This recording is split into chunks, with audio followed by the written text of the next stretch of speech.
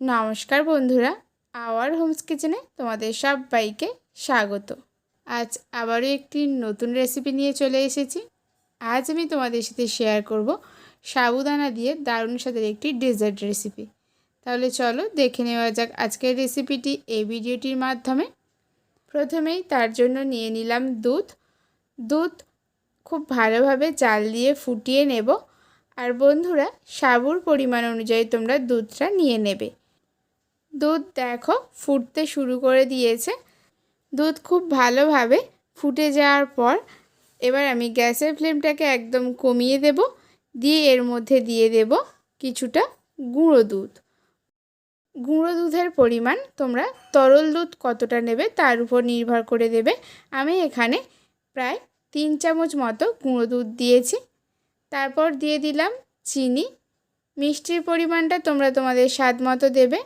যেহেতু গুঁড়ো দুধ এখানে দিয়েছি তাই চিনির পরিমাণটা তোমরা বুঝে ব্যবহার করবে। দুধ চিনি দিয়ে খুব ভালোভাবে তরল দুধটা মিশিয়ে নিয়েছি। একটু ফুটিয়ে নিয়ে এবার এটাকে সাইড করে রেখে দিচ্ছি। এবার দেখো কড়াইটা আমি পরিষ্কার করে নিয়ে ফিরে এলাম। কড়াইয়ের মধ্যে আমি কিছুটা জল দিয়ে নিয়েছি। জলটা আমি আগের থেকে গরম করে নিয়েছি। এবার জলটা এরকম ফুটতে শুরু করলে ঠিক এই পর্যায়ে আমি দিয়ে দেব সাবুদানা। সাবু আমি এখানে বড় দানা সাবু ব্যবহার করছি।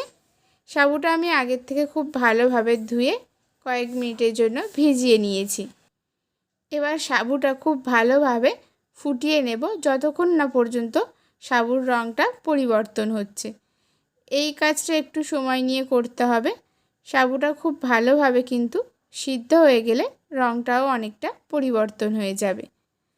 বন্ধুরা, সাবুর পরিমাণ এখানে আমি কম ব্যবহার করছি, তোমরা চাইলে সাবুর পরিমাণ বাড়িয়ে নিতে পারো।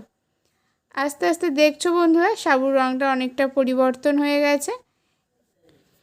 কিছুটা সময় নিয়ে সাবু খুব ভালোভাবে সিদ্ধ করে নিয়েছি। এবার আমি গ্যাসের ফ্লেমটাকে অফ করে সাবুটা জলের থেকে আলাদা করে নেব।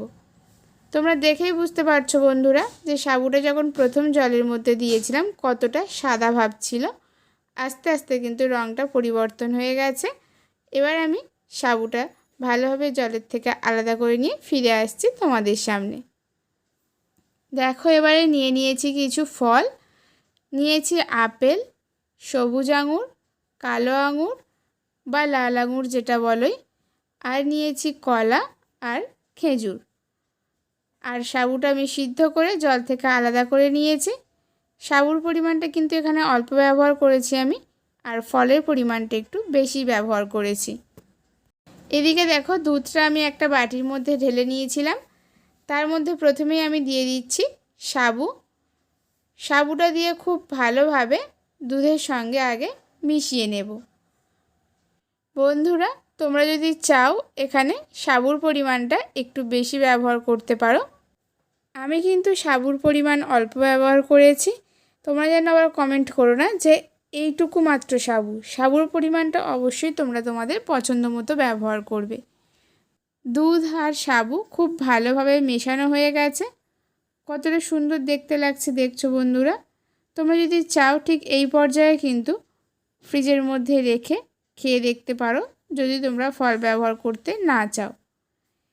এবারে আমি এই কেটে রাখা ফলগুলো একে একে এই দুধের মধ্যে দিয়ে দেব। বন্ধুরা, এখানে আমি আমার পছন্দ মতো ফল ব্যবহার করেছি। তোমরা তোমাদের পছন্দ মতো যে কোনো ফল এখানে ব্যবহার করতে পারো, তবে ফলগুলো চেষ্টা করবে একটু ছোট ছোট করে পিস করে কেটে নেওয়ার।